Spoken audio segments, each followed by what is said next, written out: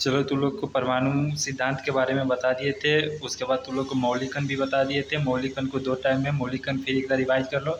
मौलिक कण उसको कहते हैं वैसे कण जो परमाणु के अंदर पाया जाता है उसे मौलिक कण कहते हैं। जैसे प्रोटॉन क्या है, मौलिक कण है, न्यूट्रॉन है, इलेक्ट्रॉन है, ये सारा तुम लोग को बताए हैं। अस्थाई मौलिक कण 2 प्रकार के, अस्थाई मौलिक कण और अस्थाई मौलिक कण। अस्थाई मौलिक कण किसको कहते हैं, वैसे मौलिक कण जो अनिवार्य रूप से उपस्थित रहता है उसको अस्थाई मौलिक कण कहते हैं।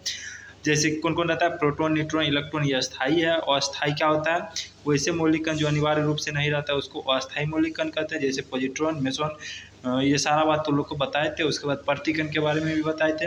2 स्वभाव का बिल्कुल लेकिन विपरीत काम करिए, हमेशा बताएं। प्रतिकण किस में काम करता है, विपरीत, उल्टा काम करता है। जैसे इलेक्ट्रॉन पर माइनस तो प्रोटॉन पर प्लस, एक दूसरे का क्या करता है, विपरीत काम करता है। उसके बाद परमाणु सिद्धांत, परमाणु की विशेषता को चाहे डाल्टन का सिद्धांत को एक ही होता है। ये सारा बात बता दिए थे तुम लोग को। उसके बाद तुम लोग को बताए थे न्यूक्लियन, बताए थे न्यूक्लियन क्या होता है। वैसे कण जो परमाणु के अंदर पाया जाता है उसे न्यूक्लियन कहते हैं। जैसे प्रोटॉन, न्यूट्रॉन परमाणु नाभिक के अंदर पाया जाता है ये, और इलेक्ट्रॉन क्या करता है, नहीं है, इलेक्ट्रॉन क्या है, ये नाभिक के बाहर पाया जाता है, ये चक्कर लगाता है। परमाणु को त्रिज्या को एंगस्ट्रम में मापते हैं। 1 एंगस्ट्रम बराबर 10⁻10 मीटर होता है, ये भी तुम लोग को बताए थे। नाभिक की त्रिज्या को फर्मी में मापा जाता है। किस में मापा जाता है, फर्मी में। 1 फर्मी बराबर कितना होता है, 10⁻15 मीटर, याद रखना है। एंगस्ट्रम भी, एंगस्ट्रम किसका मात्रक है बताएगा, एंगस्ट्रम तरंग दैर्घ्य का मात्रक है। किसका है, तरंग दैर्घ्य का मात्रक है। नाभिक की त्रिज्या को फर्मी में मापते हैं। 1 फर्मी बराबर 10⁻15 मीटर होता है। रदरफोर्ड का मॉडल, ध्यान दो, रदरफोर्ड ने नाभिक का खोज किया था। क्वेश्चन पूछेगा न्यूक्लियस का खोज किया था रदरफोर्ड, बायोलॉजी वाला न्यूक्लियस नहीं रहे, ये इसमें है रदरफोर्ड।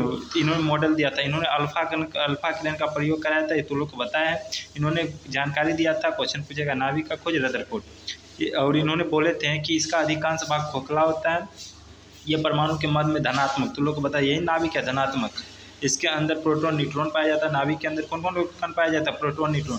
क्वेश्चन पूछेगा प्रोटॉन क्या है, परमाणु का कण है, न्यूट्रॉन क्या है, परमाणु का कण है, ये तुम लोग को बताए थे। उसके बाद इलेक्ट्रॉन का खोज भी बताए थे, क्या था, जे थॉम्सन किया था। द्रव्यमान भी बताए थे, 9.1 × 10⁻31 kg होता है। आवेश अगर पूछे इस पर ऋण आवेश होता है, लेकिन पूछेगा इसका होता है 1.6 × 10⁻19 कूलम, ये होता है मान, आवेश इतना होता है। बस इसमें यहाँ माइनस है, इसमें हो जाएगा किसमें, इसमें प्लस हो जाएगा। इसमें कितना हो जाएगा, 1.6 × 10⁻19 कूलम, कितना हो जाएगा, 19 कूलम। उसके बाद तुम लोग को प्रोटॉन का खोज, वोल्टेज, इसका द्रव्यमान बोलो 1.6725 × 10⁻27 kg होता है। पॉजिटिव होता है 1.6 × 10⁻19 कूलम होता है। उसके बाद तुम लोग को न्यूट्रॉन का खोज बताए थे, जेम्स चैडविक, इसका द्रव्यमान 1.6748 × 10⁻27 kg होता है, और इस पर कोई चार्ज नहीं रहता है। उसके बाद तुम लोग को बोर बड़ी मॉडल बताए थे। ये मॉडल देने वाले कौन थे, नील्स बोर, और इन्होंने ये अपने अनुसार दिए थे। और इन्होंने बोले थे कि केंद्र में क्या होता है, नाभिक क्या होता है, परमाणु के केंद्र में होता है, जबकि इलेक्ट्रॉन जो होता है ये बाहर में क्या करता है, बाहर की ओर चक्कर लगाता है। ये तो लोग को बोरबरी का सिद्धांत भी बताया था। और बोरबरी ने ये भी बोले थे कि जब कोई इलेक्ट्रॉन नाभिक से दूर जाएगा तो उसको ऊर्जा की आवश्यकता होती है, लेकिन यही इलेक्ट्रॉन जब उच्च कक्षा से निम्न कक्षा में आएगा तो उसको ऊर्जा क्या करना पड़ता है, त्यागना पड़ता है। और इन्होंने एक सिद्धांत दिया था, कौन सिद्धांत दिया था, 2n² का सिद्धांत दिया था। अब देखते हैं तुम लोग का अगला टॉपिक है, तुम लोग का अगला टॉपिक परमाणु संख्या के बारे में देखते हैं। परमाणु संख्या होता क्या है, परमाणु संख्या के बारे में देखते हैं। परमाणु संख्या को हम लोग परमाणु क्रमांक कहते हैं, हमेशा याद रखना। परमाणु संख्या को क्या कहते हैं, परमाणु क्रमांक कहते हैं। किसी परमाणु के नाभिक में उपस्थित प्रोटॉन की संख्या को हम लोग क्या कहते हैं, परमाणु संख्या कहते हैं। किसकी संख्या को, प्रोटॉन की संख्या को क्या कहते हैं, परमाणु संख्या कहते हैं। किसी परमाणु के नाभिक में तुम लोग को बताएं कि ये जो प्रोटॉन की संख्या होता है कहाँ रहता है, नाभिक में रहता है। कहाँ रहता है, नाभिक में। प्रोटॉन और न्यूट्रॉन कहाँ रहता है, नाभिक में। लेकिन बाह्यतम कक्षा में चक्कर कौन लगाता है, इलेक्ट्रॉन लगाता है। तो ये तो लोग को बताए थे। किसी परमाणु के नाभिक में उपस्थित जो प्रोटॉन की संख्या होती है, किसकी संख्या, प्रोटॉन की संख्या, इसी को हम लोग परमाणु संख्या कहते हैं। यही परमाणु संख्या को चाहे परमाणु क्रमांक को, दोनों एक ही होता है। इसे हम लोग जड़ से डिनोट करते हैं। परमाणु संख्या को किससे डिनोट करते हैं, जड़ से डिनोट करते हैं। तो परमाणु संख्या को किससे सूचित किया जाता है, जड़ से सूचित किया जाता है। परमाणु संख्या मतलब प्रोटॉन की संख्या ही परमाणु संख्या कहलाता है। किसकी संख्या, प्रोटॉन की संख्या क्या कहलाता है, परमाणु संख्या कहलाता है। इसी को हम लोग परमाणु क्रमांक कहते हैं। तो परमाणु संख्या बराबर इलेक्ट्रॉन की संख्या कहो चाहे प्रोटॉन की संख्या कहो, यही क्या कहलाता है, परमाणु संख्या कहलाता है। जैसे ये सोडियम, यानी किसका किसका संकेत है, सोडियम का। तुम लोग को बताए थे टोटल 118 तत्व बताए थे, जिसमें तुम लोग को लगभग 40-45 याद भी करवाए थे। जिसमें तुम लोग को पहले कौन था, हाइड्रोजन, हीलियम, लिथियम। एक बार रिपीट कर लेना है तुम लोग, hydrogen, helium, lithium, beryllium, boron, carbon, nitrogen, oxygen, fluorine, neon, sodium, magnesium, aluminium, silicon, phosphorus, sulphur, chlorine, argon, potassium, calcium, scandium, titanium, vanadium, chromium, manganese, लोहा, कोबाल्ट, निकल, कॉपर, जिंक, ये सारा तो लोग बताएं। तो ये सोडियम 11 नंबर पर, कितने हैं, 11 नंबर पर। इसी को हम लोग परमाणु क्रमांक या परमाणु संख्या कहते हैं। क्या कहते हैं, जितना नंबर पर रहेगा उसी को हम लोग परमाणु संख्या कहते हैं, और ऊपर वाला को परमाणु भार कहते हैं। अच्छा तू ही लोग बताओ कि जब कोई भारी सामान लेके जाता है तो माथा को ऊपर, मतलब माथा पर लेके जाता है कि नीचा से लेके जाता है, माथा पर लेके जाता है। यही ये ज्यादा वाला क्या रहेगा, ऊपर रहेगा, इसी को परमाणु भार कहते हैं। ये तो लोग समझ गया। परमाणु संख्या का मतलब प्रोटॉन की संख्या ही परमाणु संख्या कहलाता है। क्या कहलाता है, प्रोटॉन की संख्या ही परमाणु संख्या कहलाता है। अब परमाणु भार देखते हैं, इसी को हम लोग द्रव्यमान संख्या कहते हैं। जैसे परमाणु संख्या को परमाणु क्रमांक, इसी तरह परमाणु भार को द्रव्यमान संख्या। परमाणु के नाभिक में उपस्थित प्रोटॉन, उसमें सिर्फ प्रोटॉन था, इसमें प्रोटॉन और न्यूट्रॉन दोनों को जोड़ दो, यही परमाणु भार कहलाता है। क्योंकि तुम लोग को बताए थे ये तुम लोग नाभिक हुआ, और नाभिक में कौन कौन रहता है, प्रोटॉन रहता है और न्यूट्रॉन रहता है। ये दोनों को मिला दो तो परमाणु भार, अकेला रहेगा परमाणु संख्या। तो ये जो नाभिक में उपस्थित प्रोटॉन की संख्या को परमाणु संख्या, लेकिन नाभिक में उपस्थित प्रोटॉन तथा न्यूट्रॉन की संख्या को क्या कहते हैं, परमाणु भार कहते हैं। इसको ए से डिनोट करते हैं, लेकिन परमाणु संख्या को जेड से डिनोट करते हैं। परमाणु भार को ए से डिनोट किया जाता है। ये बराबर, इसको हम लोग किसका कहते हैं, न्यूट्रॉन की संख्या।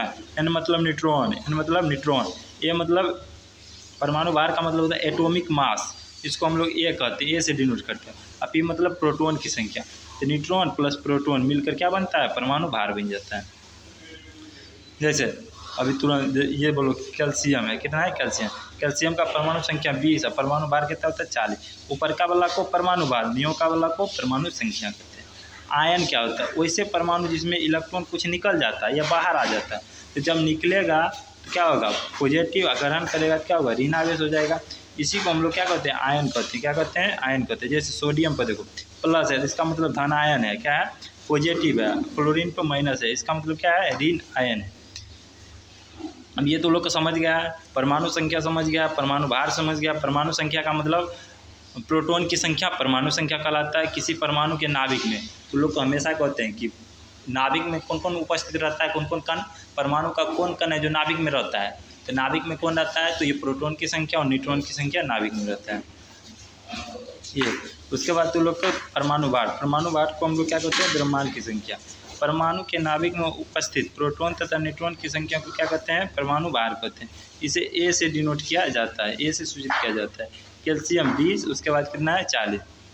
आयन वैसे परमाणु जिसमें इलेक्ट्रॉन कुछ निकल गया हो या बाहर आ गया हो, जिससे या तो धन आवेश हो या तो ऋण आवेश हो, उसे हम क्या कहते हैं, आयन कहते हैं। जैसे सोडियम पर क्या है, धन आयन है, क्लोरीन पर क्या है, ऋण आयन है। अब देखते हैं समस्थानिक, समस्थानिक आइसोटॉप्स इसको इंग्लिश में कहा जाता है। तो वैसे तस्वीर जिसमें परमाणु संख्या बराबर हो उसे हम लोग क्या कहते हैं, समस्थानिक। देखो निचल का सब बराबर होगा, एक इसमें भी, एक इसमें भी, एक इसमें, मतलब हाइड्रोजन के दो हमशक्ल है। क्या है, हाइड्रोजन क्या हमशक्ल, दो हमशक्ल है। एक हाइड्रोजन 1-1 है, एक हाइड्रोजन 1-2 है, एक हाइड्रोजन 1-3 है। इसी को हम लोग समस्थानिक कहते हैं। तो वैसे तस्वीर जिसमें परमाणु संख्या क्या हो, बराबर, उसे समस्थानिक कहते हैं। सर्वाधिक समस्थानिक किसका होता है, पोलोनियम, 27 समस्थानिक होता है। पोलोनियम के सबसे ज़्यादा समस्थानिक होता है, कितना, 27। सर्वाधिक समस्थानिक वाला कौन है, पोलोनियम। सर्वाधिक समस्थानिक पोलोनियम कितना है, 27 है। हाइड्रोजन 1-1, ये हाइड्रोजन का समस्थानिक कौन है, हाइड्रोजन। इसको हम लोग प्रोटेनियम कहते हैं। इसका नाम ड्यूटेरियम है, इसका नाम ट्राइटेनियम है। क्या है, ट्राइटेनियम। इसका नाम ड्यूटेरियम, इसका नाम प्रोटेनियम। सर्वाधिक समस्थानिक कौन है, पोलोनियम है। संभारिक, जिस तत्व में परमाणु भार क्या हो, बराबर हो, उसमें परमाणु संख्या मतलब निचल का, इसमें ऊपर का। देखो 14 इसका भी, 14 इसका भी है कि नहीं। कार्बन का 6-14, मतलब 6-12 भी होता है, 6-14 भी होता है। यही संभारिक कहलाता है। जिसमें परमाणु भार बराबर हो संभारिक, जिसमें परमाणु संख्या बराबर उसको समस्थानिक कहते हैं। अब समन्यूट्रॉनिक है, जिसमें न्यूट्रॉन की संख्या बराबर उसको समन्यूट्रॉनिक कहते हैं। हम न्यूट्रॉन निकालेंगे कैसे, जैसे ये कार्बन 6 और 12 है। अब न्यूट्रॉन की संख्या कैसे निकालेंगे, तो ये ऊपर का मसनियों का घटा देंगे। ऊपर का मतलब परमाणु भार, परमाणु भार 12 है, परमाणु भार कितना है, 12 है।